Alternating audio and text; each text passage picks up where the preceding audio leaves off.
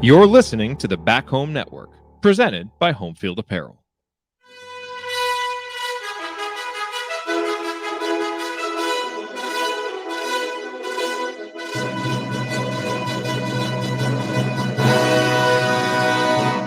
And welcome, Hoosier fans, to this week's edition of Assembly Call Radio, where each week we discuss the most important topics in the world of Indiana basketball. This is our 254th edition of Assembly Call Radio, and it is our 849th episode overall of the Assembly Call, recorded here on the evening of June 15th, 2022, not the 16th. We are going one day earlier than our usual schedule here on Wednesday evening so that we do not conflict with Game 6 of the NBA Finals on Thursday, because, of course, there's a Hoosier in the NBA Finals. He's only getting mop-up duty, but it's still cool to see Juwan Morgan getting in there, grabbing a rebound in the NBA Finals. So we didn't want to conflict with that, so that's why we are doing it here one day early. And I am your host, Jared Morris. And let's begin this edition of the Assembly Call how we begin every edition of the Assembly Call, and that is with our Hoosier Proud banner moments. And Indiana is the national champion. When it comes down, Indiana will be champion. Smart takes the shot. The Hoosiers have won the national championship.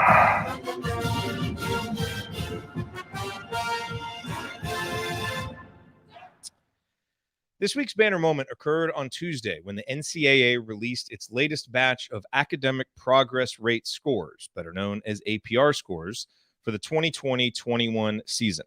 You'll recall that APR scores are meant to measure a school's recent history of athlete eligibility and retention. Now, why do these scores matter? Well, here's language directly from the NCAA. To compete in 2022-23 championships, teams must achieve a 930 four-year APR. In other words, if you want to have a chance at the NCAA tournament, you have to keep that APR above 930, which essentially means that you graduate about 50% of the players that you enroll.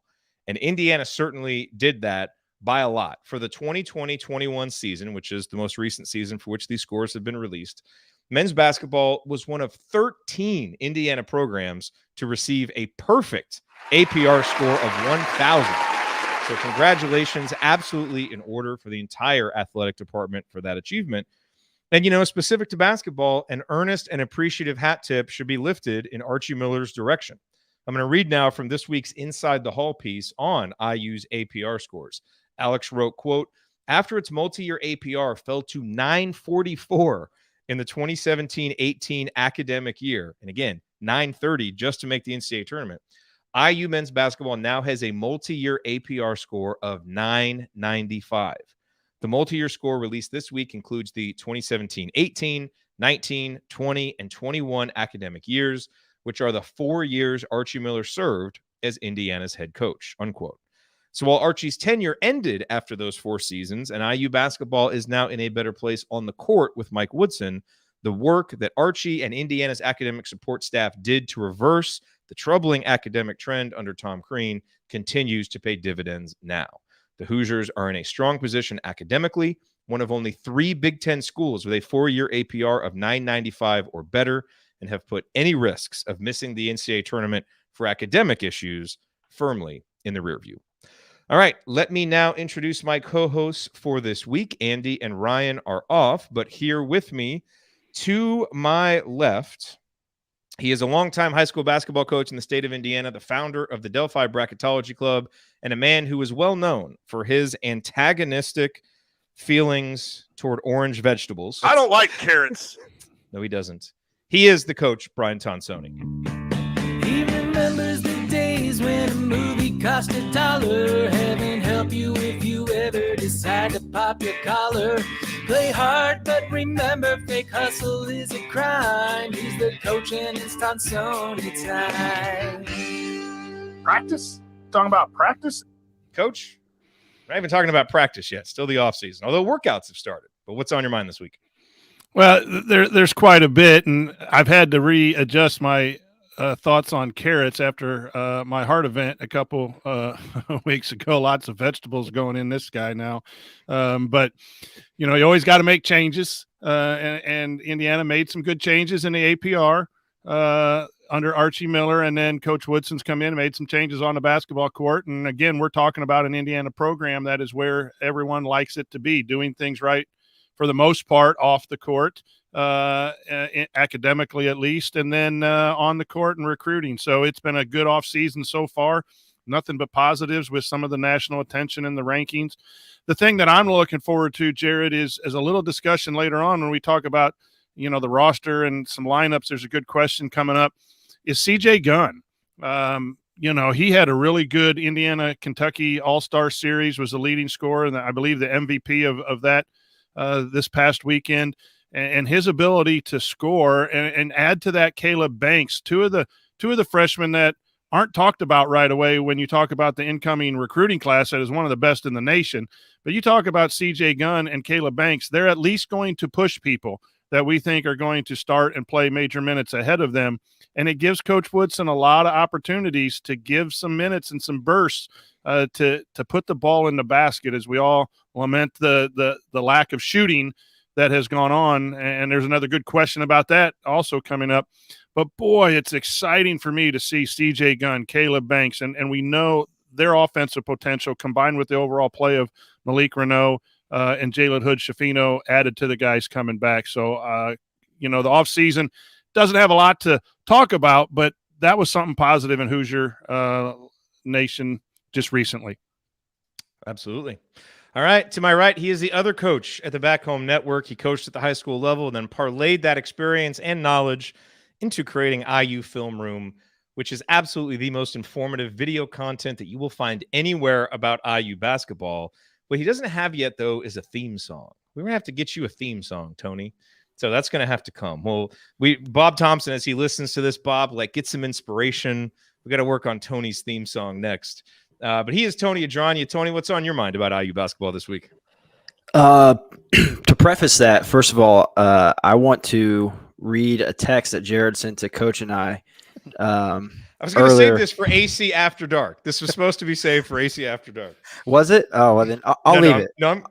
Okay, well, let's tease it. We'll tease it for AC After Dark. The text, the off-color text that I should not have sent. With that said, in terms of IU basketball, really, what was on my mind was CJ Gunn, his performance this past weekend in the Indiana All-Star game, or Indiana-Kentucky All-Star game. Just wanted to highlight that for a couple of different reasons. First and foremost, my alma mater, Kentucky sucks. Their high school basketball really sucks. Their college program, pretty good, but high school basketball, I think Indiana's won 24 of the last 25 or something ridiculous like that. But my alma mater, where I played and coached, Southport hosted that, and that's a really cool thing. Unfortunately, I wasn't able to make it to the games, but I just thought that was neat for my old high school to host an event of that magnitude. Obviously, they host a lot of big events. I think about all of the players from Greg Oden, Eric Gordon, Tony Adragna, Mike Conley that played on that court. I like how you humbly threw yourself. But no, so just kind of to speak on CJ Gunn though, I watched some highlights, and like Coach said, CJ Gunn, Caleb Banks, those are two guys that are kind of flying under the radar, but those are really, really talented players. And as Coach said, I'm excited to talk some rosters and some lineups here a little bit later. All righty, good stuff. So here's what we have in store. We're going to go through some Hoosier headlines because we do have some stuff to cover. Obviously, an unfortunate injury being chief among them. And then we're going to have our Coach's Corner segment. We got a bunch of good questions from our community, and I have a question for you guys too. And so we will dive into those in that second segment. And then in segment 3, we'll answer a few additional questions from our community members. And maybe we'll have to do a little AC After Dark today as well. All of that coming this week on Assembly Call Radio. But first, let's talk about our presenting sponsor. Home field apparel. Wear one for the team. Friends, of course, this edition of Assembly Call Radio, just like all shows on the Back Home Network, presented by our friends at Home Field Apparel, where they have the largest collection of vintage IU apparel that you're going to find anywhere, with beloved logos like 2 different versions of the Bison.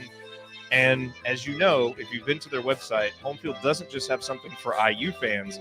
They've got something for fans and grads of other schools, and I mean darn near every school, as they just keep rolling them out. I think TCU, I saw, they're getting ready to launch. Coach, what was your most recent Home Field apparel purchase? Oh, I got an Arizona State T-shirt and a Clemson T-shirt. Every Saturday, there's something new. So I just buy every week, I guess. There is. And that's what you should do. But if you haven't ever purchased from Home Field Apparel, if you're one of the few, you can take advantage of a first-time purchaser discount. Go to homefieldapparel.com, use our promo code HOME, and you will get 15% off your entire first order. That's promo code HOME for 15% off. And remember that no matter what you buy, it's going to be comfortable. The colors are going to last through many washings, and you're supporting an Indiana-based company that came up through Kelly. And you know what? As they've gotten bigger and bigger and bigger and expanded beyond just the IU market, they continue to support shows like ours because we've been with them from the beginning. And that kind of loyalty and support means a ton to us, and that's why we love to recommend them. And we hope you'll go there, get your gear. Once again, the website, homefieldapparel.com. Wear one for the team. All right, guys. Well, let's do some Hoosier headlines, and let's get the unfortunate one out of the way right off the bat. Trey Galloway is going to have groin surgery, and he's going to be out probably 10 to 12 weeks. Apparently, he had like some expert from Germany or went to Germany or something. Germany was involved in his surgery, which I don't know. Like you hear that now, like with pro athletes, they seem to go to German doctors or go to Germany for these special procedures. Gives you some confidence. But it sounds like this was the injury that was bothering him at the end of last season. He gave it some time in the offseason, hoping it would heal on its own. It didn't, so he's having the surgery now so that it doesn't impact, once practice begins. Now, obviously, he's going to have to miss some workouts, won't be able to go through a full offseason program, and do all of the things that he would otherwise be able to do. But it sounds like Coach, making the best of a bad situation. It wasn't getting better. And if you'll recall, think back to those last few post-game shows at the end of the season, like something seemed off about Trey. He was kind of a step slow defensively, seemed to be out of position more often than not, wasn't quite as explosive offensively. And so teams were really sagging off of him. We weren't quite sure why. Well, I think this probably explains why, which is that he was in a little bit more pain, maybe than we thought. So your thoughts on the surgery and obviously, our first concern is just him and, the difficulty he's going to have to go through. That stinks. And it stinks to, have to do that during your summer. From a basketball perspective, this was going to be a big offseason for him. He's becoming an upperclassman now. He's shown that he can impact winning in a lot of different ways, but to truly be that, maybe jump up from a 15-minute guy to a 25-minute guy and, really be a consistent contributor, it's developing the shot. And this is going to be a big offseason for him to do that. So what is going to be lost, do you think, for Trey, not being able to go through a full offseason program? Well, I think the main concern is as Coach puts in his new offense and ideas from adding to what he had last year, and they start to work on the things that needed to be improved as a team, he's going to miss out on that because it sounds like live play and cutting and moving is going to be hindered for some time. But I thought I saw an article somewhere where they said he could start shooting in a couple of weeks. And a lot of that might be stationary and form shooting, which is probably what he needs to get that muscle memory up to a 32% three-point shooter. And you can always do some conditioning and some ball handling sitting in a chair and everything. So they're going to have a program for him to work on his skills as much as he can without re-injuring his groins. But you're not going to play 5-on-5. It's an opportunity for the coaching staff to see what pieces fit and who can play with what during scrimmage play. That's going to set him back. But if he comes back mid-September, early October, he will be ready to play. It might limit those extended minutes you talked about. He might not have improved on that, but I still think he's a guy that when it comes November, early November, and the ball's tipped, you'll see him play if everything goes well with the surgery and his rehabilitation. I'm curious about this conditioning you mentioned that can be done sitting down. Well, they'll put him on a bike. They'll put him in the tub. There's stuff that's way beyond my understanding of where he can work on whatever conditioning he can. He's not just going to sit in a chair for 3 months is my point.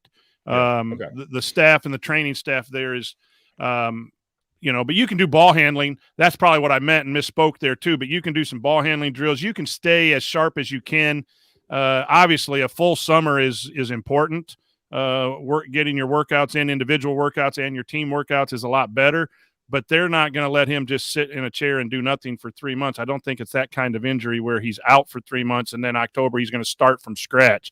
I think he's going to be able to do some things throughout the summer to maintain a base level of basketball conditioning and skill.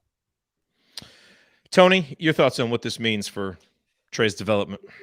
Yeah, my first thing I wonder about is, had he kind of been just resting this, the last 3 months, 4 months, to where he really hasn't been able to work on his game too terribly much since the season ended. That's a valuable time frame there too. And then, is he missing 3 more months? And as Coach said, there's things that he can do certainly to try and stay as sharp as he possibly can. But, a big part of him developing a shot is not only going to be getting reps, but having confidence. And I just feel like when you don't have that full, body movement and full control of everything, it's going to be really hard to kind of get mechanically right. And then have confidence in those mechanics when you're not able to put the pressure or, I don't know the extent of what you can and can't do with the groin injury 100%. So I might be speaking a little bit out of line here, but the confidence aspect is where I wonder if Trey can kind of take that leap, having to miss this valuable time. And then, like I said, also wondering, has he been off these past 3 months as well? Because that's been valuable time for him to develop too. Or has this just been something that's lingering and he plays a few days, sits out a few, and they finally like, let's just do surgery. So I'd be curious to hear that as well. Tony, you bring up a really good point too, because the best in the business at pros and college work on their game every single day, and with live workouts. So, they're going to do what they can to keep a base level of skill and conditioning up, but it is a setback that, especially for some young man that we wanted to shoot the ball better,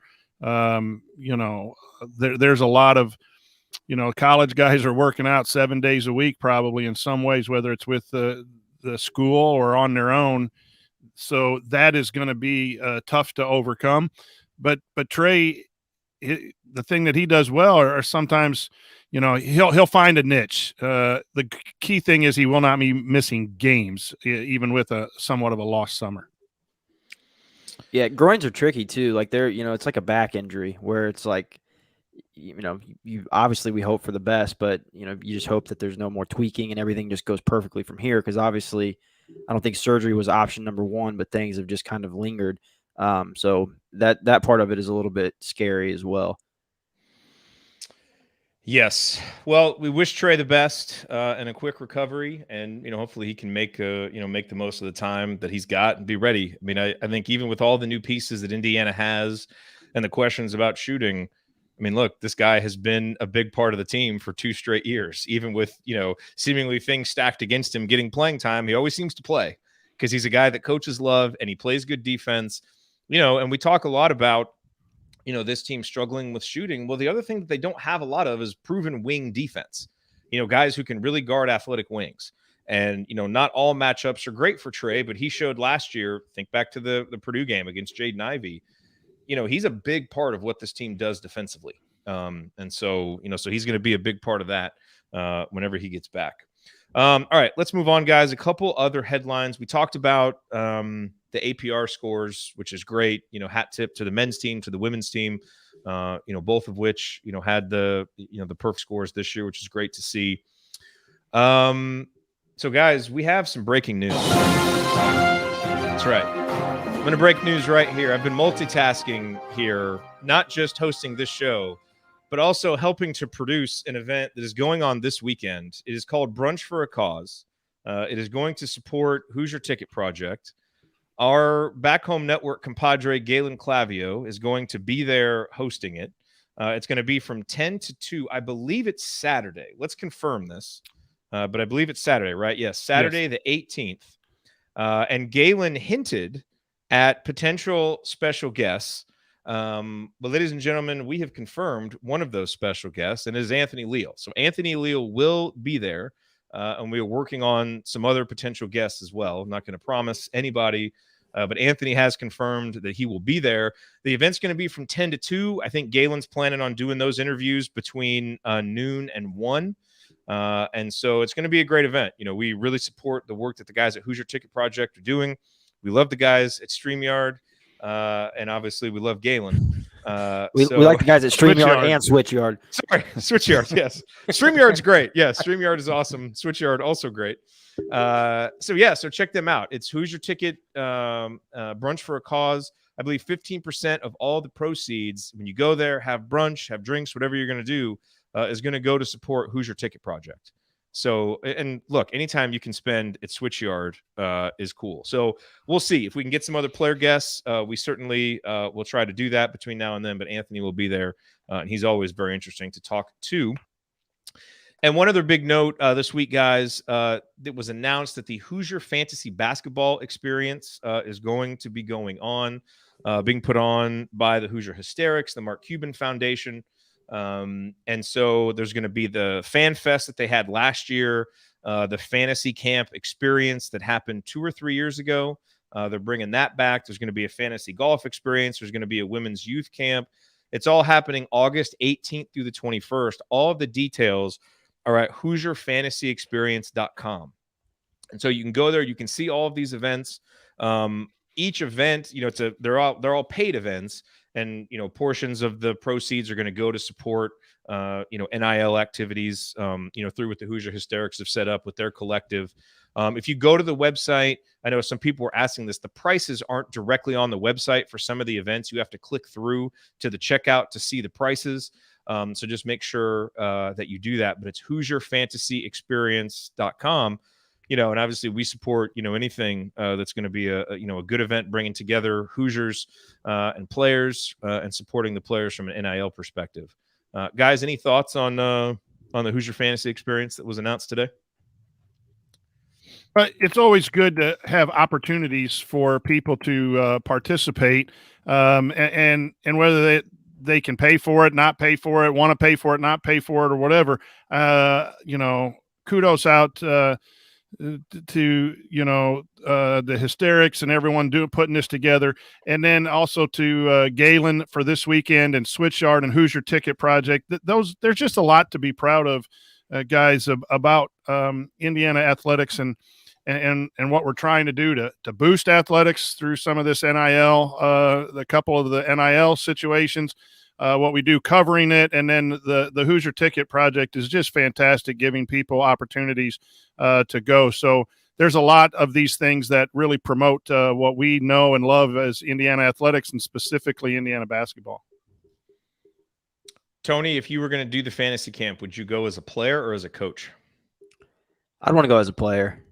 But it's a good question though. I don't know. Like as a coach though, like what are you really going to do? Like, are you drawing up plays? I don't know. But yeah, I think I'd want to go as a player. Playing on Assembly Hall's floors is second to none. Pretty sweet. So yeah, so check that out, HoosierFantasyExperience.com. And hey, if there's a lot of Assembly Call or Back Home Network people going, I don't think I'm going to be able to go. I don't think the timing is going to work out. But let's get a big picture. Let's get together and organize something. Yeah. Okay. So let's do that. HoosierFantasyExperience.com. And coming up here on Assembly Call Radio, let's hit our Coach's Corner segment. I've got a question for you two to kick this off about expectations and how coaches can handle that with players, and also a bunch of questions from our community. So that's coming. Stick with us.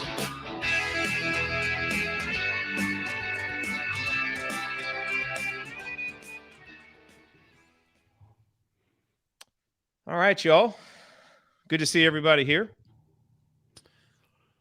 It's great to have you. Coach, how are you? Oh, I'm doing great. It's great being a teacher. One of the perks is you just have the days off. Got to do a little exercise in the morning. So I got a trip to a center that tracks me nowadays and on the treadmill and stuff like that. Then I come home, do a little work around the house. We're doing some landscaping and having some people do the landscaping. I just tell them what to do, but life's pretty good here in the summer, other than the brutal heat that's happening here this week. Yeah. The heat has been brutal everywhere, I think. Everywhere. And Tony, it looks like your little guy is developing quite the jumper. You've got him. He's got him learning his early. own fantasy camp here. But yeah, it's funny because I've always said, like, after coaching and dealing with parents and things, I've always said, like, my kids are playing no team sports. Like they're gonna golf, they're gonna play the trumpet. Like, I don't care. And then of course my kid loves basketball, and I love that he loves basketball. So All right. How do you think you'll be? Because you've now had the experience of being on the coach side. Do you think that you'll be very laid back and be like, hey, listen to your coach? Or is it going to be really hard for you to do that if he doesn't have a very good coach and you're like, this is not right, my son's not being coached well? Like, how are you going to handle that? Yeah, I think I'll be pretty laid back. Anybody that volunteers their time, like, I'm all in on supporting that. Like, I mean, at least at a young age. Like, if it's like his high school coach, I would love to be part of his staff probably at some point when he does play. So, I'm loyal when I'm on staff too. So I think I'll be pretty laid back. Talk to me in like 5 years when I'm on some viral video or something. Oh man, that's funny. Find a spot up atop. That's my up atop, away from everyone else's parents, and so you don't react there. And then any barking out to your son is not heard by him. And then if there is a legitimate complaint about a coach, it's always in the back room with your spouse, not in front of the kid. Let the kid figure it out. But exactly. It's just as fun as anything else that you're doing as a parent, and realize that the experience is what matters. You guys will figure that out. You're good dudes. But I think where parents make a lot of mistakes is they live vicariously through the success of their. I had two different kinds of kids. I had a 1,300 point scorer, and then I had a kid who was a 7th, 8th man as a senior and played JV for 3 years, and was a great teammate. So I had two different types of kids, and they all were wonderful. They played a role on their high school teams, and the coaches appreciated them. But it's hard. I'm telling you, it's hard for competitors like us to not feel that way. But you guys will be fine. I've watched you guys from afar parent. You guys are top quality people, but it's fun. And I miss it. Okay. Sorry. I was DMing Anthony and we were talking about other players who could potentially come. Joel says parent. Well, we don't, no news to break yet. But we will if we can. Joel says parents are the worst. Spoken like a true umpire / referee. All right, let's hop into this because I think this Coach's Corner segment could be kind of meaty. So let's do this. You guys ready? Let's do it. Yep. All right, here we go.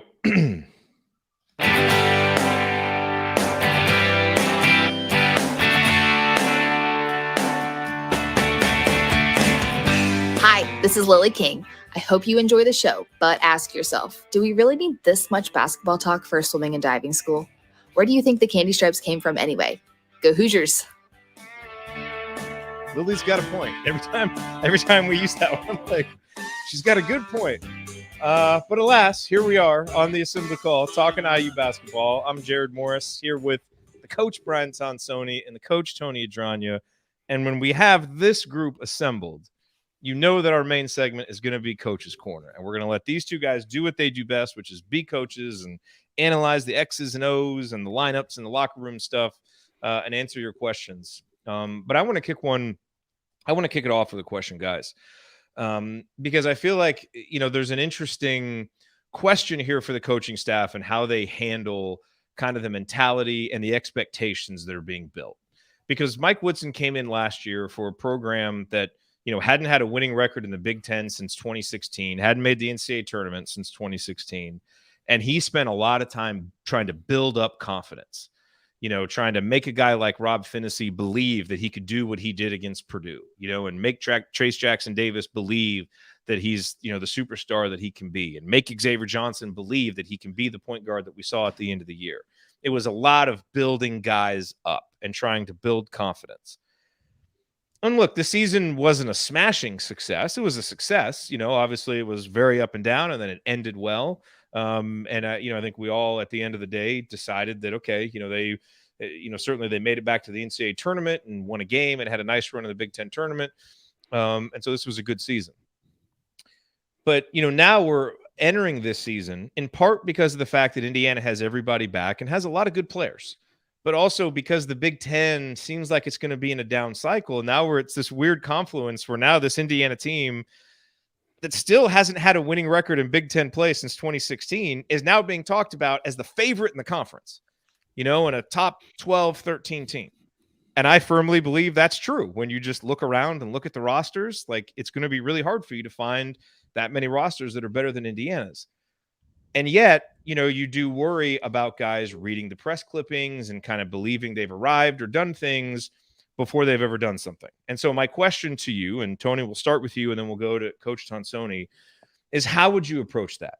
Does Coach Woodson still need to be in confidence building mode for a program that is still trying to build its way up? Or is there going to have to be some balance, because now guys are hearing all this stuff? They've had a little success, but not a ton, but they're being talked about like a program that has done a lot more than it's actually done over the last 5 years.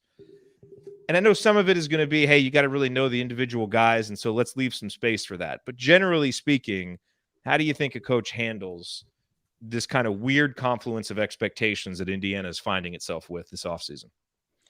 Yeah, I think a lot of it goes back to last April and the groundwork that Coach Woodson has laid in terms of building a culture at Indiana. When these type of things arise, they always say a coach-led program is good, a player-led program is great. And I think that IU has the right type of leadership in place to where Woody can still be Woody, and he can build guys' confidence up. He can talk trash with guys, and he can be himself, and he can almost rely on, his leaders to hold everybody else accountable and say, look, we can be top team in the Big Ten if we work our tails off, or if we do this day in, day out. So, there might be times where you got to knock guys down a peg or two, or talk about reading your press clippings. But at the end of the day, it's an exciting time to be part of the program. And I don't think that you need to stifle that by any means, and not have the guys have confidence or tell them that, look, you were the 9th best team last year in the Big Ten. How could you think you're the favorite or anything like that? Like, I truly do think it's an exciting time to be, and you need to just kind of go all in on that and keep the buzz going, because it helps in so many different ways. And then when the season comes around, like, you're going to be, you are who you are, and you're going to critique, where you're not doing things well, and you're going to praise where things are going well. So to me, I don't want to say it's a non-issue, but I think IU has the right leadership structure in place to where I don't think this becomes a problem for them. Nice. Coach Tonsoni, your thoughts? Yeah, I think to me it's about the process. And I think, I've said over and over, I think one of Coach Woodson's strength is his ability to communicate. And so he's going to pick the right way to communicate for him and his team. And there's probably a different path that you can go. You can address it head on and talk about it and have it be out there, so it's not that hidden, cloud or whatever hiding behind people and letting the kids try to figure it out on yourself. Or you just simply keep pushing the confidence and the process. We want to be one of the best teams in the Big Ten. I'm sure he talked about that when he took over in April, as Tony said. He's talked about it in December. He's talking about it all the time. This is where we want to be. We have to get better at these certain things. And where confidence is needed, he's going to use that to do that. You see examples of that all the time. There's a great clip of Steve Kerr talking to Curry, I think, one time when Curry was missing some threes and talking about I don't have the exact quote, but he was just talking about this is who you are, this is what you do. So at that level, they even talk about confidence. But I think there's a danger in believing the clippings and talking about it and outwardly saying, guys, we gotta play this type of game and we got to win this many games, because we're expected to. But it's built into your culture and it's built into your process. If you're not trying to be Big Ten championship, if you're not trying to get back to the Final Four, then you shouldn't be playing or coaching at Indiana. So, hey, people, it's out there, but really it's about practicing. It's about doing the fundamentals. It's about improving the shooting. It's about doing those things. If you do those things, then winning will take care of itself. So will the ranking, so will the seeding, so will the opportunities come tournament time. And I think Coach Woodson is that type of coach where he's going to work on basketball and building that confidence. I don't think he is a overly hype type of coach where, he's going to try to use that to get the kids, because I think that's false sometimes. You can get that kind of hype and we're predicted to be number one and brag about it, and then most coaches operate game by game, and I think that's the best way to go. And I believe Coach Woodson really is in position to be successful with these high expectations because of the way he approaches his program and the way he communicates. Yep, absolutely. Okay, so let's roll through some of these questions. So Steven wants to know if we're ready to have lineup conversations, guys. He's curious about ideas for the best starting five, closing five, defensive five, shooting five, playmaking five, all without having seen any of these guys play together with the new guys. So an easy question here from Steven to speculate on. But let's roll. I mean, your best thoughts right now, based on what you've seen and know from these guys, starting five. Okay, well, it's obviously Race, Trace, and X. And then I do think Miller Kopp is going to get the first look just because of the way Coach has approached things with veterans over newcomers. I think the other guard position replacing Parker Stewart is going to be interesting to see. You would think that it would be Tamar off the and Trey if he wasn't hurt. So I would say Tamar gets first shot at it. So you think X, Tamar, Miller Kopp, Race Thompson, Trace Jackson Davis rolling out game one, assuming X isn't suspended and is ready to go? Yeah, the question for me would be, where's Hood Schifino fit in there? Is he going to slide into that second guard spot and have two ball handlers? Again, I think he's talented and going to be a big impact player, but I think he's going to be that Rob Finney role where you get 18 to 22 minutes. And that'll be good productive minutes. I think he's probably going to be a little bit better than Rob in some places of playmaking and being able to score. I don't know if he's going to be as good right away defensively, but he has that potential. So to me, it's between Tamar and Hood Schifino. I personally would bring Kopp off the bench just from me sitting in my recliner, which means absolutely nothing, and being that scorer against the second unit. And I would like to see, Hood Schifino and Tamar. That's a little smaller lineup there, but maybe a Geronimo can fit in there in some ways as well. But I believe if I'm predicting what Coach Woodson's doing, he's going to have the four returning starters start game one, and then he's going to pick between Tamar and Hood Schifino based on what happens in the summer. Yeah, it's probably going to change, you would think. Although, I mean, he stuck with the same starting lineup pretty doggedly last year, so maybe it won't change. And look, Tony, before you give yours, let's acknowledge there's two massive there's the wild card of the freshmen, right? Like, we don't know. We feel like we have an idea what Hood Schifino and Malik Renault are going to be, but we don't know for sure. And then there's the massive wild cards of Tamar Bates and Jordan Geronimo. Because based on what both of those guys have actually done, right? Just based on what they've done, if they don't improve a whole lot and they just do that again, they're solid Big Ten reserves. But I don't think anybody would be shocked if either one of those guys made a jump to all Big Ten third team or honorable mention level. But that would not shock me in the slightest, right? Now, is it going to happen? I don't know, but they've got the potential. And so that wild card sitting there with those two guys and that potential that they have is interesting because you don't know, because they certainly could be starters, and yet there's probably reason to wonder if they're going to be those guys right out of the gate. So what is your initial starting five for that you think it'll be? Yeah, for what I think it would be, I fall very much in line with Coach and probably the majority of the fan base is, Woody started the same five guys most of the time last season, and you've got four of them returning. I think it'd be hard pressed to expect him to pull one of those out of the starting lineup. Now, I'll go with Hutchefino at that second guard spot, just to switch things up a little bit, but it wouldn't shock me if it was Tamar as well. But like you said, there's so many intriguing combinations that you hope that things are kind of fluid as they go. I mean, you've got some small ball opportunities, you've got some shooting opportunities, you've got some playmaking opportunities, as we noted, defensive opportunities to kind of close out a game. I know Woody did like that. He kind of liked his closing lineup last season.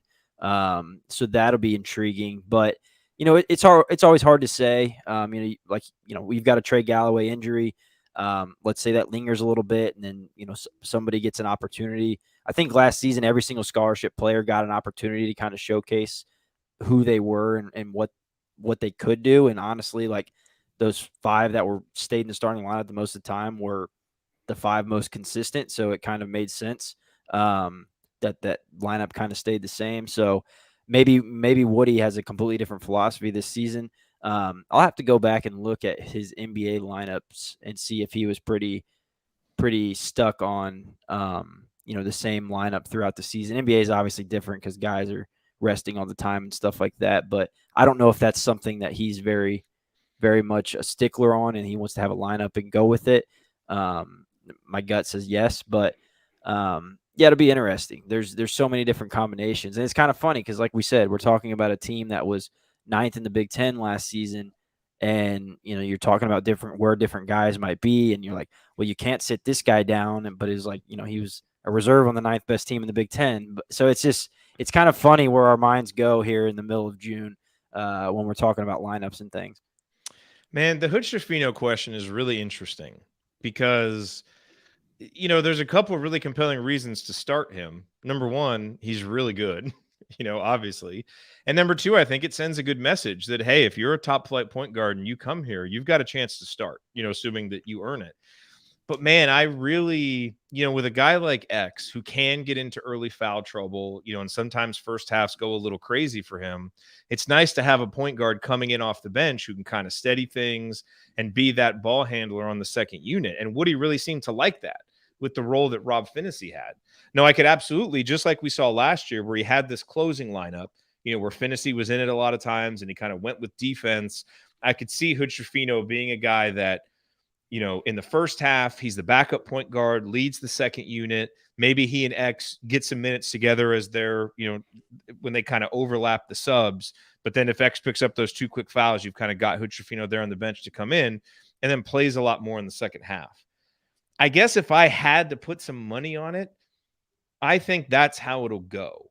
Like, I think Hutchefino will get starter minutes. I don't know if he'll start. And we only have one season's worth of evidence from Woody. And if Hutchefino rolls out there and starts the first game, it's going to be like, oh, yeah, this was obvious. This is a 5-star point guard. You start that guy. But from what we saw last year and what we know of X, I think Hutchefino slots in best as kind of that backup first half point guard. And then all bets are off and you just play the best guys in the second half because that's what he seemed to do. And I think Hutchefino is going to be one of the 5 best players on the team overall. So I'm kind of torn on what I would predict, but I think I would side with him not being a starter in terms of being one of the first 5 guys out there. Like, I think it'll be Kopp, but I think Hutchefino will play more minutes than Kopp. Yeah, if that makes sense. Not that the stars mean anything, once you're on campus, but I do think this is an intriguing spot for Woody to have Hutchefino and Renault this year. Let's say that, they kind of find themselves buried at the end of the bench for whatever reason. They're not producing. That'd be 3 5-stars from powerhouse factories that kind of, I don't want to say lost their freshman year. And yeah, I can't see that. And that's the other thing. I could see Hutchefino being the second unit point guard because then you guarantee minutes with he and Renault together in the first half. And maybe that's a good comfort zone for Renault too, and so that helps him come along. I don't see any way that those two guys don't play significant minutes, for a lot of reasons, namely, I feel like they're ready kind of physically and we'll have to see mentally and emotionally if they're ready, but they seem more ready physically than like Tamar was. Like he struggled with some of the, kind of the size and strength aspects of it. Absolutely. But yeah, if that happens again, that would definitely be a concern. And the thing with Tamar too is, he had like a 13-point game right in the Big Ten right before, he had to take a leave and different things happened. We probably lose to Nebraska if he doesn't go nuts in that first half, Yeah. So, okay, so let's talk. Let's go through the other ones quickly. So we kind of talked starting five. Give me what you think could be the potential closing five. Like ultimately, what do you think is going to be this team's best lineup, Coach? We don't need to break it all down, but just give me the names. Yeah, I think Hood Schifino and X are going to be out there in a closing situation for ball handling, and both can put some pressure defensively. I think you have a chance to see either at the 3 a Trey Galloway or Geronimo at that 3 for athletic purpose, rebounding purposes with Geronimo. And then obviously I don't think you move Race and Trace off in any lineup unless they're in foul trouble or whatever. So I think, this question just keeps going back to shooting. Where's the shooting? This is where I think, a Gunn and a Caleb Banks has a chance. If you're looking at best overall lineup, is put 2 point guards out there with a guy who can shoot, but also who can drive. Miller Kopp's going to benefit from having better guards. But Miller struggles driving the basketball. And I think ultimately Indiana will be better when they have guys who can shoot the 3 and drive at the same time. You got to recruit them. You got to bring them in. You got to develop them. But when you have that, if you're going to close out short, you're going to hit a 3. If you go on a flyby, the guy's going to drive and either commit, help someone else get a shot or dunk at the rim. Those are hard kind of teams to, prepare for because players can do multiple things. And that's where CJ Gunn and Caleb Banks, I think, find some playing time. If they can shoot and put it on the deck a little bit. Question for those guys, can they guard? So for me, if you're going to look at a closing team that has some offense plus some defense, I think it's those 2 point guards, the 2 bigs, and then, roll the dice, throw a dart, whatever, and find your best combination of defensive guy who can also score some. I would probably lean towards Geronimo if he can guard that 3. We have breaking news. Again? We have a couple more people confirmed for the Saturday brunch. Jordan Geronimo and Miller Kopp are in with Anthony Leal. So if you want to see Galen Clavio, talk to Anthony Leal and Jordan Geronimo and Miller Kopp on Saturday. Go to Switchyard. They will be there doing a little meet and greet as well. So that is all to support Hoosier Ticket Project. So there you go. This is some serious multitasking that's happening here. You start talking through this stuff, and it really highlights the importance of this offseason for Tamar Bates. Because if he becomes that 36, 37, 38% three-point shooter that can also drive and you kind of can't take out of the lineup, that other guy that you're almost writing in pen, that would really be huge for this program, because that's exactly what they need. And you're going to kind of be mixing and matching and trying to find that until he becomes that. Is he ready to be that as a sophomore? He's kind of a prime breakout candidate, right? Like a high 4-star guy, struggled a little bit as a freshman. We see those guys break out sometimes as sophomores. And that's such an important linchpin for this team. We know this team is going to have a high floor because of the experience, because of the talent. He's one of the key elements to potentially raise the ceiling. Give me your defensive 5. What's the best defensive lineup this team's going to roll out there, Tony? I think it kind of coincides with that closing 5 as well. I think it depends on the personnel you're playing. I could actually see Race swapped out for Geronimo if, you need somebody that's a little bit more versatile at the 4 to be able to kind of guard inside and outside against, let's say kid from Michigan State. The name is leaving me. Transferred from Marquette with his brother. Hauser. Yeah. Like a guy like that or something that that is a little bit more versatile, can play inside and out. I could see Geronimo sneaking his way into that lineup at the 4, then obviously having Trace there to funnel everything too. I think X, Jalen Hood-Schifino, and then, it's that 3 spot. Is that Trey Galloway? Is that Tamar Bates? Tamar Bates' length certainly is intriguing at a spot like that. The weight room is going to be huge for him this offseason. He's got to put some weight on that frame to be able to kind of bang in the Big Ten a little bit. I would kind of put those as my closing 5, and with that Geronimo race, the kind of the caveat of, what do you need at that moment? But I think the closing 5/defensive 5 is that for me.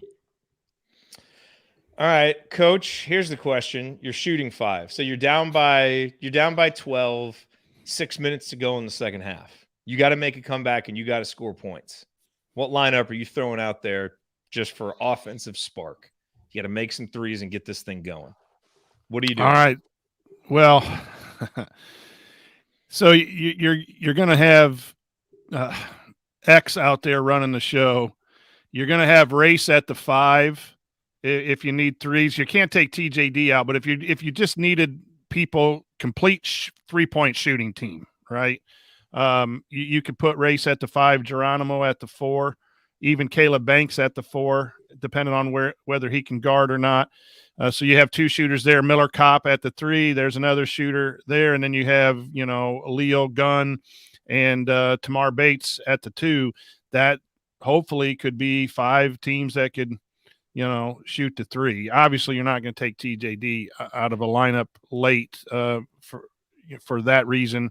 But those are, I think, if you're looking at your best overall 3-point shooting team per position, without going completely small, I think off the top of my head, that's probably where you go. And I just think there's a lot of options for players to improve their shooting this year. I know it's a big question mark for Indiana, and I think it will be the ultimate reason for Indiana to meet their expectations or to fall below their expectation is who steps up and can be consistent shooters. But I think there's a lot of guys that have that potential, to step in and get those minutes. Depends. Some of them, the freshmen, it depends on if they're physically ready and can guard. The veterans, can they do it consistently? They haven't shown it yet, but that would be where I would go. Yeah, and how quickly the shooting translates. I mean, is Caleb Banks to be a 3-point shooter as a freshman? Right. And Hood-Schifino, does he surprise? Is he a mid-30s 3-point shooter as a freshman? That's, he didn't have to shoot. And so it's interesting if he does get that starting lineup, like Tony said, is he freed up to shoot? I thought I saw in the Jordan game, Brand game or whatever, he did take a couple threes and maybe hit 1 or 2. I don't know what his percentage was, but I'm not sure he can't shoot. I just think at Mount Verde, he was just going to be the guy who ran the offense and was a pass first guy.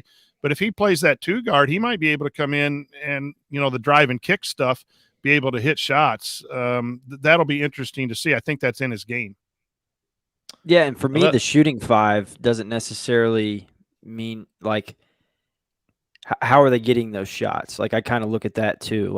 I think an X and a Jalen Hood-Schifino pairing, even if Jalen Hood-Schifino is a 30% shooter, might still be your best opportunity to create shots for guys. Because X might be our best 3-point shooter. Exactly. I mean, he may need that part of it's intriguing too. That's why I was actually a fan of the Dexter Dennis saga, because of his ability to create for shooters. Kopp's not going to create his own shot. I think Gunn's a very, very good shooter. I think it's going to be tough for him to create his own shot as a freshman. But if you have guys that can create for him, I think a guy like Gunn can find his way on the floor. Tony, I like that a lot with multiple point guards. Is one of the things that we struggled with Rob, that he was, somewhat hesitant to really get in there, or he would get in there and be, look to score at the rim. I think Jalen Hood-Schifino offensively is going to be much different, but you have multiple drivers. We've talked about it over and over again, multiple drivers of the basketball. You could have a CJ Gunn, an Anthony Leo, a Miller Kopp. That's a spot up, But I still think that spot up guy needs to be able to bounce it in one step, pull up or whatever. Like Tamar has that in his game, right? But you're right in creating 3-point shots, having multiple drivers. And when you have 2 point guards out there, especially off the break, you can do some things too. It doesn't have to be X bringing the ball up. It's, if they can get it to Hood Shafino, then X can run out, throw it ahead to him. And now you got side ball screen action. You got a lot of stuff you can do to open up shooters both in the half court and in transition. That's a really good point. I love how we had our Back Home Network team meeting last night, and we had that good conversation with Galen about, okay, how do we appeal to a younger market, to college kids? And we talked about how our shows just go on and on, these really long conversations. And here we are in the middle of segment 2, 55 minutes into the show. So clearly not going after the TikTok crowd with this off-season episode of the Assembly Call. Oh, that blurb right there, though, we'll cut it. We'll throw it on TikTok. It'll be beautiful. There you go. Put some fun music behind it. Yeah.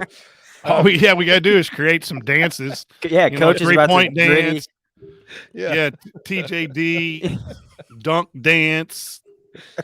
All right. So in the interest of this segment not dragging on forever, because we did get some other good questions, we will save them and we'll get to them in another venue. But let's get to Jamie's question, because it piggybacks on the theme that has run through this entire conversation. And I don't want to read the whole question, but the gist of it is, how did IU get so behind in this once automatic fundamental of IU basketball, which of course is shooting, right? And it's like it's almost kind of a punchline, although it's, there's pain behind it, because we had to watch so many teams that that haven't been able to shoot and that have really struggled with that. But your guys' thoughts, Tony, I'll start with you. Like, why has Indiana gotten so far behind that it just feels like this is such an uphill battle now? Yeah, I think the short answer is probably Archie Miller, and the long answer is Archie Miller struggled to recruit. Was that a short joke? It wasn't, not purposely. I can see how it could be perceived as that, though. No, I mean, Archie Miller really he missed on the recruiting trail of a lot of guards that could shoot, and then instead of just, I think that's something we've seen Woody and his staff do is they're not going to get overzealous and just start handing out scholarships to guys that maybe can't play at this level. And yeah, I mean, in terms of just the guys that, in what Archie thought he needed to win at Indiana, first and foremost, he missed on the recruiting trail on some big ones. And then, he just valued some things more than shooting. He wanted to find guys that would fit into that pack line defense, and he was going to grind games out, and, IU was going to win 58-56. And, that's his philosophy, and that's perfectly fine. He got Dayton to an Elite Eight in that. But, when you have that, it's not going to be fixed overnight, especially with how IU is approaching the transfer portal, which I like, and I appreciate how IU is approaching the transfer portal. But, it's not going to be a quick fix. And, the anchor of the team is now going to have been the same for the last 4 years, where you've got two bigs that historically at least, they may see something different this year, but haven't been able to shoot the ball as well. And so, right off the bat, you're kind of clogging things up, and it's hard to create opportunities there. So I don't know that IU necessarily has a million bad shooters per se, but the offense isn't necessarily conducive to creating a lot of great shots for the best shooters. Now you'll hear, we got the most open looks in college basketball last year. That is a very flawed stat because there were certain people that were left open for a reason. And so, but yeah, I mean, so that's my thought process. That stat is ridiculous. Oh yeah, but you're gonna hear it over and over. And by the way, just to clarify something, because you are right about Archie, but when he made the Elite Eight with Dayton, they shot 37.7% from three. Like, they were 54th in the country. So, and that was the frustrating part, is his Dayton teams could shoot a little bit, and he just, he went the other way at Indiana. Joel makes a decent point in the chat. He says Archie did exactly what he said. He said he would recruit Indiana, and for 3 years there were no real shooters besides Leal. That's part of it. We've talked with, players like Devontae Green, who clearly didn't, felt like there was a bit of a disconnect there, just in terms of building some of that confidence. Now, Devontae was going to shoot anyway, unlimited ammo. But not everybody had that mentality. Coach, we'll give you the final word on this. Why are we here, and what do we do to get out of it? It comes down to recruiting. The misses on the guards that he wanted, and I don't know the stats of some of those guys as they went elsewhere, but Quinones down at Memphis, I know he was trying and finished in the last 2 or 3, but it just seemed like every guard, national ranked guard or guard that all kinds of schools were going for, liked Indiana, but we finished second or third. And that's ultimately, part of it. So I just think recruiting is the biggest thing. I think his misses for the guards were, the biggest reason that we've gone a few years. Because if you look at, Crean just went after shooting. He got Blackman, and he got, he had guys like Halls and other people, and then played a more open style too. So some of the style that Archie had might have played into that. But, Archie did a good job of doing what he didn't have shooters, so he pounded the ball inside, and it led to those 60, 58 games. That's where I think Archie's a good coach. He just didn't have the roster, and he's ultimately responsible for not having that roster. He had his hands tied, though. We just complimented him about the APR. He had 16 guys when he took over and couldn't really move. And the Wright kid from Colorado, point guard, scorer, I don't know what his 3-point shooting was, but I know he was a possibility to come to Indiana. He couldn't come to Indiana because of the APR and the roster situation. But, that's the name of game. Sometimes we talk about Woodson's on-court, decisions. Really, it's about recruiting, and that's where the NIL stuff comes in. You have to have the Jimmies and the Joes. It doesn't matter sometimes, what you do, but scheme-wise, maybe you can win 2 or 3 games scheme-wise and another 2 or 3 motivational-wise of confidence and all that. But you're talking, you need guys who can play. And I think Archie just came up short there, and that's why we were behind.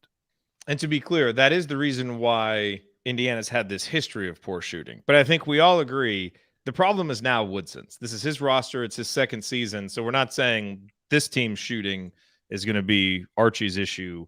Woodson's had enough time now. He owns this. And hopefully we see improvement, and hopefully we see some of that confidence come through. And, guys like Tamar that were recruited to be shooters, come through a little bit more this year. And let me say this too. There's always talks about shooting, and we'll talk about this incessantly throughout the season long. Players got to make shots. And I know that comes from a coaching standpoint too, but everyone's like, what are they working on in shooting? Are they working on free throws? Every coach works on shooters. Every coach does individual development. Everyone, if you go into IU and watch those kids shoot, it will look remarkable to you if we got in and watched their individual workouts. If you're playing Division I college basketball, you look as a pure shooter as anyone, even the worst shooter. It comes down to in the game time, and I know Coach Marlowe and I disagree about this, and I agree a little bit. You can give confidence and free flowing. I think Woodson did that last year. But guys were taking threes last year early in the offense, and Race would do a pull-up 3 on a transition, and they would miss. Guys, knock them down. And if you're not knocking them down, go to Cook Hall for 3 or 4 hours until you can knock them down, or we'll get people in who can knock them down. But when the ball's tipped, it's a player's game. And you got to have the confidence to knock it down. If you're looking over your shoulder and want the coach to pat you on the ass to make a shot, then you shouldn't be playing Big Ten basketball. You should be wanting to hit that shot so you can stick it in someone's eye and talk trash, not popping your collar, but talk a little trash on the way back. Shooters are shooters. I love trash talking, Coach. If you're 2 for 10 and you're a shooter, you want the ball for the 11th shot. And that's what it takes to be a shooter. And in some ways, that's what I liked about X. Like, X didn't care. He was going to shoot those games. He was 2 for 18. He still wanted to shoot. I kind of like that and respect that. And that's why his game got better. But shooting, every coach in America is working on shooting and individual development. It just comes down to Coach, we got to work on free throws, not yoga. Yeah, I mean, that's the company line. Man, do you have the balls to make shots in big games? That's what it takes. And sometimes you got to recruit it. If every coach had drills that would make it, the shooting percentage would be 60% because every coach would do the drills. It just comes down to muscle memory and can those guys hit those shots? All right, Coach. Thank you. You're Good welcome. stuff, Coach. We like that. I think that was the first JD Campbell appearance on the assembly call ever. That's an old drop. All right. By the way, we love our buddy Elbows In. I'm here for the 55-minute segments. So he will not be heading over to TikTok whenever we launch a TikTok channel. He's going to stick right here through the hour-long YouTube videos. That's what we do. All right, let's move on here.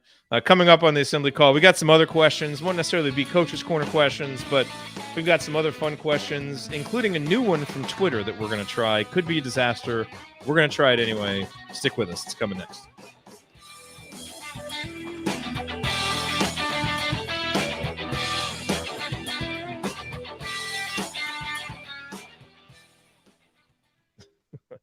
Valerie says, TikTok? Yeah, Valerie. Now, look, it's not going to be us running the TikTok. Okay, we had a really good conversation. We were strategizing with Galen because Tony had a good idea, that we want to start bringing more students into what we're doing. Maybe get some more students into the community, or at least make the content that we're creating more attractive to students, kind of nurture that audience, and hopefully they stick with us once they leave IU. And Galen, who knows more about social media and the habits of students than anybody, was very blunt with all of us that our content does not appeal to students because it's too long and it, appeals to people like us. And so we were kind of strategizing what we're going to do social media wise, which means that at some point we're probably going to hire somebody, from the media school and say, here, make us cool. It's gonna be tough. Make us cool. Not make us cool, but make us short and punchy and good for Instagram and TikTok, because we would be a disaster if we tried to do that. So we'll have someone else do it and we'll see if it works.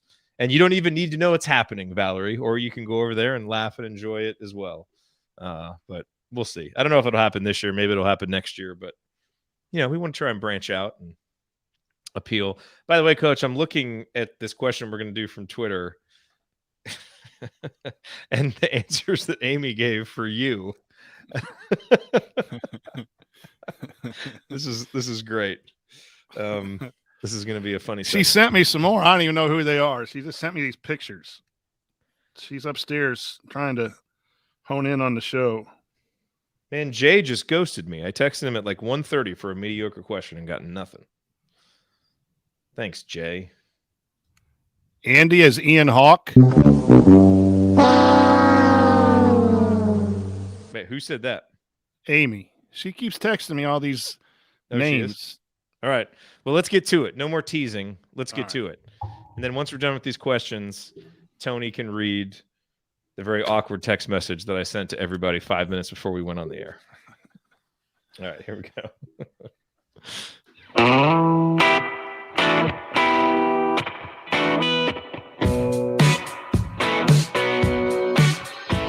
This is Ethan Happ, and I never listen to the assembly call, especially the episodes that Ryan is on. Thank you, Ethan. Always appreciate your kind words about the show. You are listening to the Assembly Call. I'm Jared Morris here with the coaches, Brian Tonsoni, Tony Adragna, and it's time for our third segment where we answer your questions. This is our mailbag segment. We got a lot of these questions from our private IU basketball discussion community, which you can learn more about at assemblycall.com/community. And we typically start out with a mediocre question, but we don't have one. Jay didn't send one in. So it's Jay Horry on Twitter. Make sure that you let him know that you're very disappointed that he did not send in a mediocre question. But we do have something even better. It's the dumb question of the week. Yes, the dumb question of the week. I don't know what this says about our show, that this has somehow become a meme and like a regular thing that people are submitting, but it's now official enough. Tony, the dumb question of the week got a song before you did. So tells you where I'm at. we gotta figure out the priorities here. But yes, the dumb question of the week. So Coach, I was listening to last week's show and I feel like you kind of didn't get the segment, which is that the questions are supposed to be tongue in cheek, because I think Bob sent in the question of like, hey, was Calbert Chaney good because, he was surrounded by like bad players and bad coaching or whatever it is? You kind of gave like a really serious answer to it. And so just to be clear, because Bob submitted that question, he was not being serious with that question, which is why it was the dumb question of the week. But his question this week is, can Galloway's injury be a net positive if it gives Bates, Geronimo, and Banks or others more reps in the offseason? And they're like, it is a dumb question. So congrats, Bob. But there is like, I guess, a little twinge of something interesting here where you have a guy like Galloway who's been around for a couple years.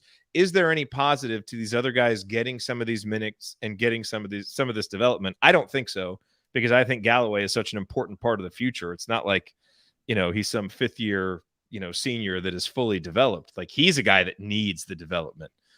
So is there any validity whatsoever to Bob's dumb hypothesis? Because everyone's getting development at the same time, whether one player's injured or not. It's just Trey's losing his. Like, Trey's loss doesn't open up more time on the court for somebody else.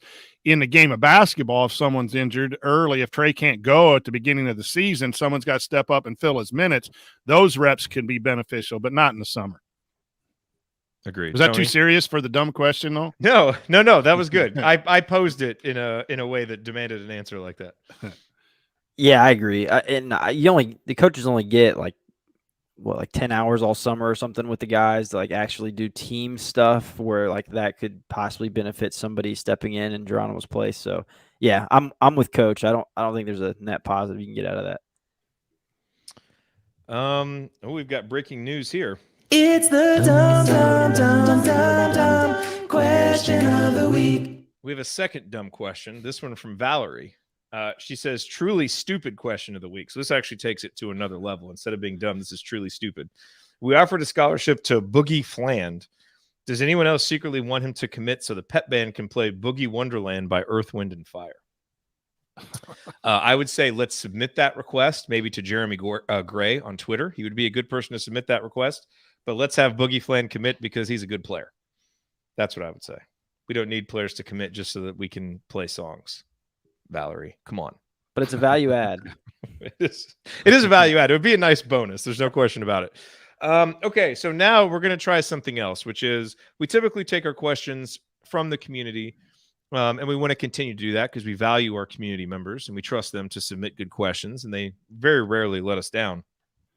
But we do have a big audience on Twitter. And so we want to open up one question a week to the folks on Twitter, but we're going to have some fun with it. And we're going to call it the random and ridiculous Twitter question of the week. It can be about basketball. It can be about something else. We got a bunch of these. If this has a song, I'm going to be pissed.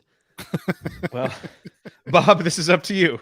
So this is only the first week. So this could be a disaster. We don't even know if we're going to do this again. So yes, if this gets a song over Tony, then I would definitely take that personally. But the question that we chose for this week is from Wes Pratt 95. He says, when the Assembly Call movie gets made, maybe written by Angelo Pizzo, perhaps, should be pretty awesome. What actors will be starring as Jared, Ryan, Andy, and Coach? Brad Pitt and Ryan Reynolds have prior commitments and will be unavailable.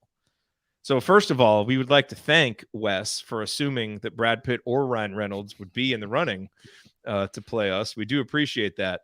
So I had no idea how to answer this, but Coach Tonsoni went to the authority, his wife, Amy, to get some answers. And so, Coach, I will let you present Amy's answers for who will play us in the Assembly Call movie written by Angelo Pizzo. Well, sorry, Angelo, I'm just drafting you for this. Yeah, I just I was kind of stuck. And so I don't know that Amy had Tony's there that we have listed there, but she did say that you would be played by John Krasinski, which she said you would absolutely love. Jim from The Office. I'll take that. Yeah. So that'd be good. Andy as Rick Moranis from Honey, I Shrunk the Bracket. Yeah, Honey, I Shrunk the number of teams on the bubble. Honey, I Shrunk the bubble. Doesn't he work for the Indy Star now? He might, yeah. Andy or Rick Moranis? Oh, Rick we Moranis. have Matt Gleneski, maybe? Yeah. I don't even know how to pronounce. Is it Ralph Macchio? Ralph Macchio. Macchio for Tony. From Karate and then Kid. the great Mrs. Tonsoni said that Shaquille O'Neal would play me, and then also Coach maybe Kazam. Jay Glazer from Fox NFL Sunday. So I love the I think- wild divergence there. Either Yeah. Shaq or Jay Glazer. Jay Glazer, she said, is a little too small, too short. So she liked Shaq for the height. She did say there was a racial difference there, but that we kind of look alike and kind of act alike a little bit. So she votes for Shaq. And then we didn't have one for Ryan. We were looking for someone who would interrupt the show or something. Yes. So to those of you in our target demographic of 35 to 59 who listen to hour-long shows and are continuing to listen to this, send us a tweet with who you think would play Ryan in the movie. I'm thinking Steve Alford. That's my first thought. Brad Davison, maybe. Bieber. Ooh, hey, Justin Beard with a good one. Dean Norris as coach. That's probably the best one. Dean Norris would be awesome as coach. Dean Norris, of course, from oh my God, what was his character's name in Breaking Bad? Why am I forgetting?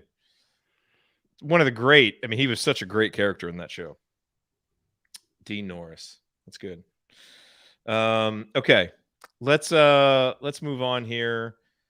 Okay, so there's one other question that I wanted to hit here. One I guess more serious question before we move on to a little AC After Dark. This is from Rick. He says, I'm still expecting some punishment for X, perhaps 2 to 3 games at the beginning of the year. I just don't think Woody is the type of coach that lets that slide without consequences. Your thoughts? Tony says Ryan is Michael Cera. Adam Sandler plays Ryan. I could see Adam Sandler. Michael Cera.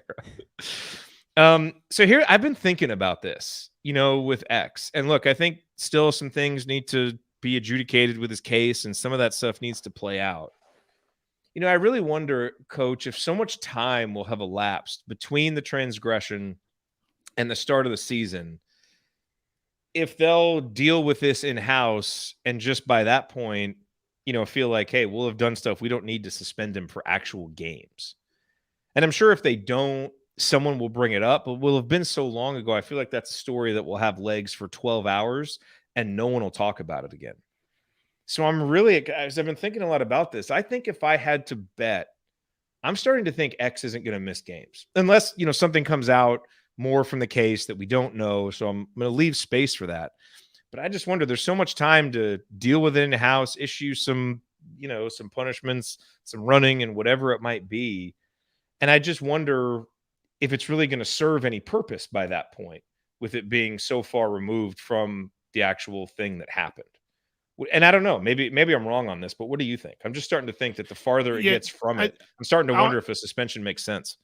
Yeah, I'll try to answer this quickly 2 ways. One, he set the tone with the Northwestern stuff that, he's going to be a disciplinarian and do what's right for the program. So that would lead one to think that, yes, that was an embarrassing mark, a bad decision, needs to do better, and maybe sit out at the beginning. You bring up a really good point that there are also different types of discipline within a basketball program or a sports program. And what, I think we as fans have to do is whatever the path Coach Woodson takes, it's Coach Woodson's team. What you don't want to, do. And I think the signal he sent, which really helped down the road. I know we almost missed the tournament and that game would have been big, but it really set the tone that, he's in charge of this program, and some of the off-season things that he's done, he's really taken command of this program.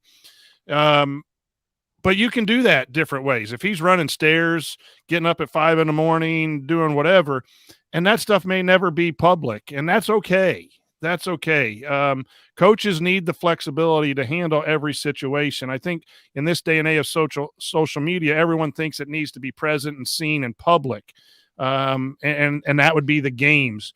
So whatever happens, whether he does get suspended or not, I'm totally on board because I trust Coach Woodson to do what's right. And so much time, and in coaching and education, you handle things differently, because of each situation. There are times when, a lot of times when I don't send people to the office when they say bad words in class, where other teachers send them up to the principal's office because I know that person needs to talk in the hallway, and they had a situation at home or something else. So as a professional, Coach Woodson will handle that the way he does.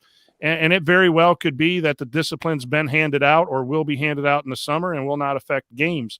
I wouldn't be surprised to see a suspension based on what we've seen. But Coach Woodson's in charge, and I think he'll take care of it, and X will be better for it. Yeah, I feel like some coaches would worry about the reaction and the questions they would get in the press conference if they didn't do a suspension, and I don't feel like Mike Woodson would care one bit about that. Right, I agree. That's why I'm starting to really wonder if there will be a suspension, because there's so much time for him to dole out whatever justice he might do. And then at that point, what is the point of doing a suspension that far removed from it? So, I don't know. So I know we've kind of spoken like we just assume something will happen 2 or 3 games. And I just really wonder if that's actually the case. So we'll see. Tony, do you have any other differing thoughts on that?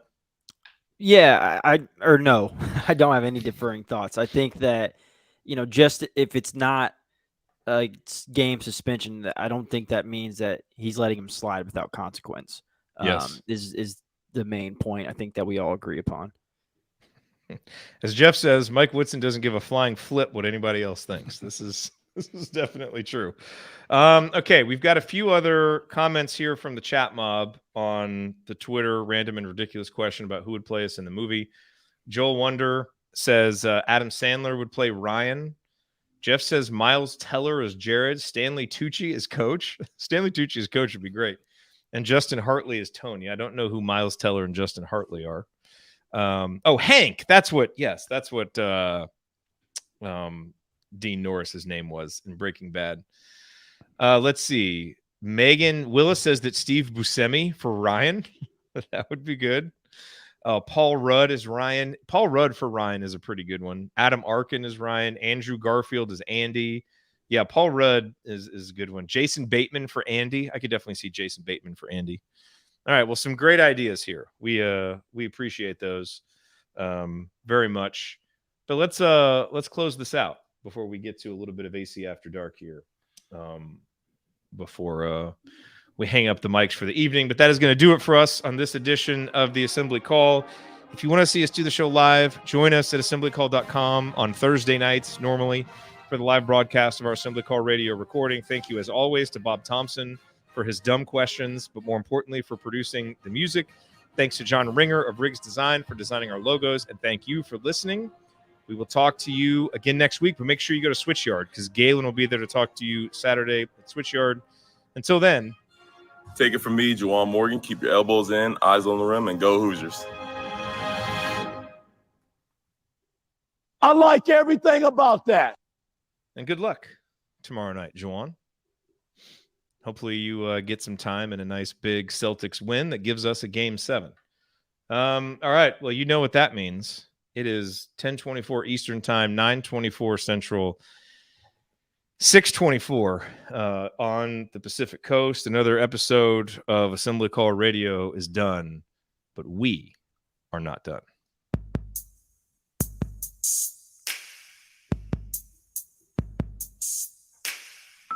When the show is over, but there's more to be said.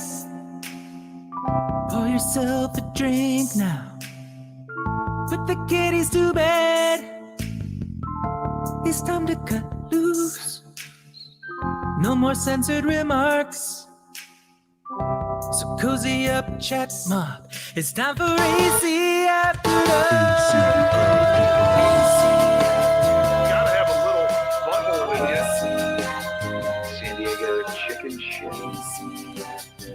Here I come, Coach Mike. I think I kissed a lot of girls. I think I might even kiss a lot of guys. I don't know. These are all rumors. I don't know what's true and what's not. Turn your butt cheeks on. Assembly Call co-host, arrested. Man, that's already out of date. with the Coach Mike comment. We're gonna have to update that. All right. So one of the things that you all should know from a schedule perspective, like if we ever start an 8 o'clock show, 8 o'clock Central, 9 o'clock Eastern, if we ever start a show 5, 10, 15 minutes late that I am hosting, it is most likely because I am cutting it very close with my son's bedtime. We typically go up and take a bath at like 7:30. We read books.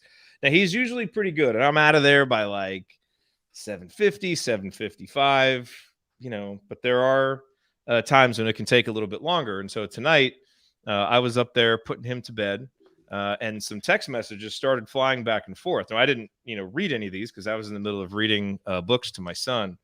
But Tony, maybe you can read a few of these text messages, maybe in context. Just read like the 3 or 4 messages before the one after, and it'll really highlight how ridiculous this text was that I sent in the context of when it got sent. And then I'll try to explain it. Yes. So I emailed where the show note, or I texted where the show notes sent. Coach, yes. And then I say, I don't think I received them. And Coach says, email at 2:50 today. So I start to look back through my email, and as I am looking through my email, the notification comes through, and I had to take a double back on if my wife was texting me or if Jared was texting me. And so Jared writes, I love running and walking silent and talking. I love you through and through. Yesterday, today, and tomorrow too. And yes, followed up by Tony saying, didn't receive it for some reason. Can you forward? Honestly, I thought that was a quote from Jim from The Office or something. Like I did too, because we sent a picture of. So I just kept it moving. No, so my son's favorite new book is this book called I Love You Through and Through. And it's, it just goes through. It says, I love you through and through. I love your top side. I love your bottom side. I love your inside. I love your outside. I love you talking. I love you walking. And so what must have happened, because I had my phone in my pocket, is when the text came through, somehow I must have like adjusted my leg and the speech to text came on right as I was in the middle of reading this part of the book. I love you running and walking, silent and talking. I love you through and through, yesterday, today, and tomorrow too. It's a very, very sweet book. An amazingly sweet book, but certainly looks incredibly out of place. I showed my daughter as soon as I got out of there, and she like grabs my phone and runs up and shows my wife, and she thought it was the funniest thing that she had ever heard. So I've never been more ready for a show than the warm feeling I got from the main host tonight. And I'm thinking, what kind of text do I have to send to everyone when I'm hosting the show to get everyone ready? I mean, I was just, whoo. That was awesome. Definitely a meaningful moment. Yesterday, today, and tomorrow too. And tomorrow too. That's right. And tomorrow. So yeah, so that was the fun text message that was sent. I think I'm going to use that with Mrs. Tonsoni tonight after the show. Word for word. Word for word. I'll have my phone and I'll just be reading it. Here I come, Mrs. Tonsoni. I love you running and walking, silent and talking. Yeah, I am definitely going to go upstairs. Man, that's funny. That is good stuff. That is funny. Well, gentlemen, thanks for being here. And by the way, someone said, I really like all this new music. That the AC After Dark, that's not new. We just haven't been doing as much AC After Dark stuff. So we'll get back to doing more AC After Dark, having some fun stories. And I give permission. I give permission to Bob to make a song out of your quote before he. Makes about me.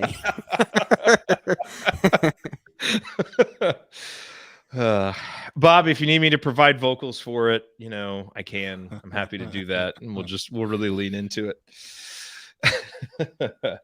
All right. Well, good stuff. Thanks everybody for being here. This was a wonderful 90-minute TikTok video that we produced for you this evening. Hey, before we go, one quick thing that I didn't get to watch last week's show, so you guys may have mentioned it, but Courtney Cronin won Around the Horn the other day on ESPN. That was pretty cool. Whoa. IU alum.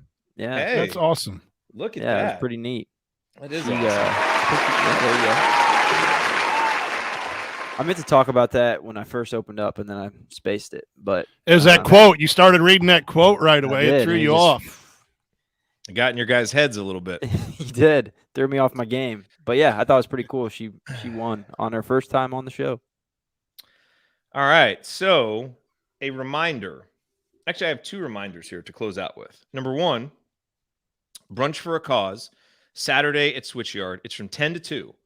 Galen's going to be there doing stuff, and I think he's going to kind of start, doing a show at noon. And we now have 3 players confirmed to come. So Anthony's going to be there, Jordan Geronimo, Miller Kopp, all 3 extremely, interesting and engaging guys. So that's going to be a lot of fun. So go there, support those guys, support Galen. Only heckle him a little bit. Like, let's keep the heckling to a minimum. Some heckling. Let's keep Galen honest, but not too much heckling. And support Who's Your Ticket Project, because really support the things that those guys are doing. The other thing that I want to mention is you guys may have seen a tweet from EJD, hero of the assembly call, who tweeted earlier today, "I'm excited to make an impact with my movement this summer through my Hoosiers for Good charity partner, Turnstone Center's Push, Paddle, Pedal event. You can visit their page to join me." And so I'm going to tweet this out. So if you go to Twitter Assembly Call, or if you're in our community, I will tweet this out. But it's Turnstone Center. They're doing this Push, Paddle, Pedal, where basically you commit to doing, I don't even remember what the number is, like 10,000 or 100,000, whatever it is, a certain number of miles between now and August 31st. And you pledge $25 to be part of this fundraiser. And so I started a team for the Back Home Network. I'm in, my wife is in, we're both going to do this. And we set a goal of $1,588, which is the number of points that Trace Jackson Davis has scored in his IU career. I think if we can get 65 people to pledge $25, we'll hit that.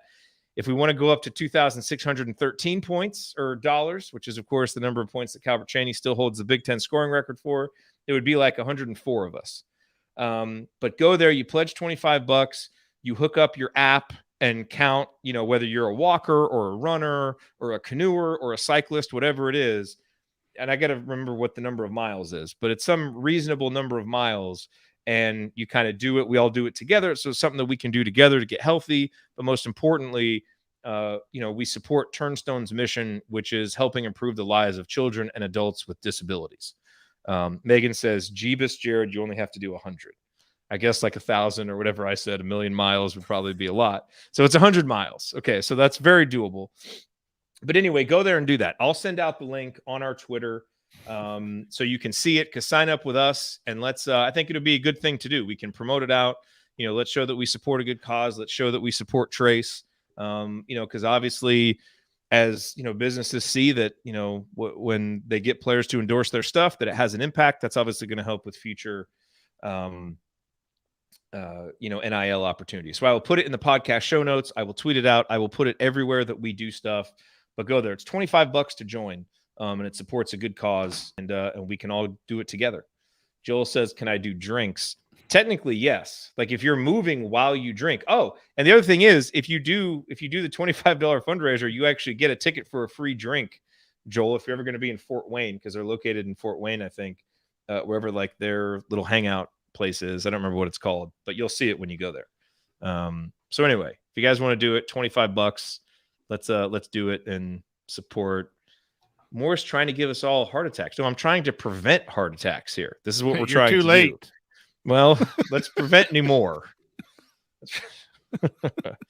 Heart attack humor. 93 minutes into the assembly call. This is AC After Dark, ladies and gentlemen. All right, but seriously, it'll be fun to do. I'll put the link in there. So let's do that together. All right, guys, have a good evening. Let's enjoy a fun Game 6 tomorrow, and then we'll be back here next week for another edition of the Assembly Call. Thanks, Tony, everybody. Coach, I love you guys. Today, tomorrow, or whatever the line was. I don't remember. Yesterday, today, and tomorrow too. Yesterday, today, and tomorrow too. That's right. I love you through and through. See you, everybody. Good night.